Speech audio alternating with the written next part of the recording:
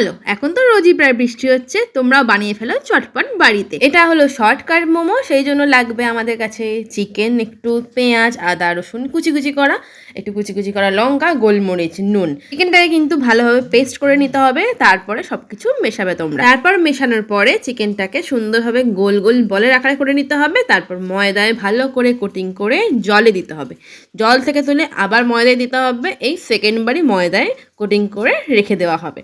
ব্যাস, সমস্ত কটাকে আমরা এইভাবে বানিয়ে নিলাম। এটা জানা কিন্তু এইগুলো ভালোই পারে নতুন নতুন জিনিস এক্সপেরিমেন্ট করতে, সেই জন্য অল্প পরিমাণে করা হয়েছে। কিরাম হবে না হবে সেটা তো আমরা বুঝতে পারছি না। আর এই যে তারপর ওদিকে আমরা ইন্ডাকশানে জল ফুটতে দিয়েছিলাম।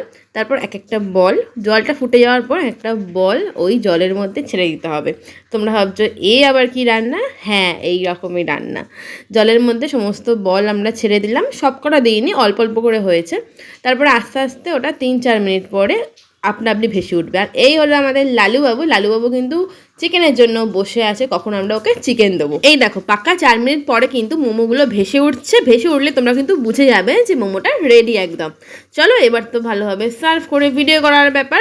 দারুণ খেতে হয়েছিল এই শর্টকাট মোমো। তোমরাও কিন্তু অবশ্যই ট্রাই করতে পারো, বৃষ্টির দিন বলে নয়, তোমরা যে কোনো দিনে এটা ট্রাই করতে পারো। আমি তো শেজওয়ান সস দিয়ে সুন্দরভাবে খেয়ে নিলাম, বেশ টেস্টি হয়েছিল। চলো নেক্সট ব্লগ নিয়ে ফিরছি, টাটা।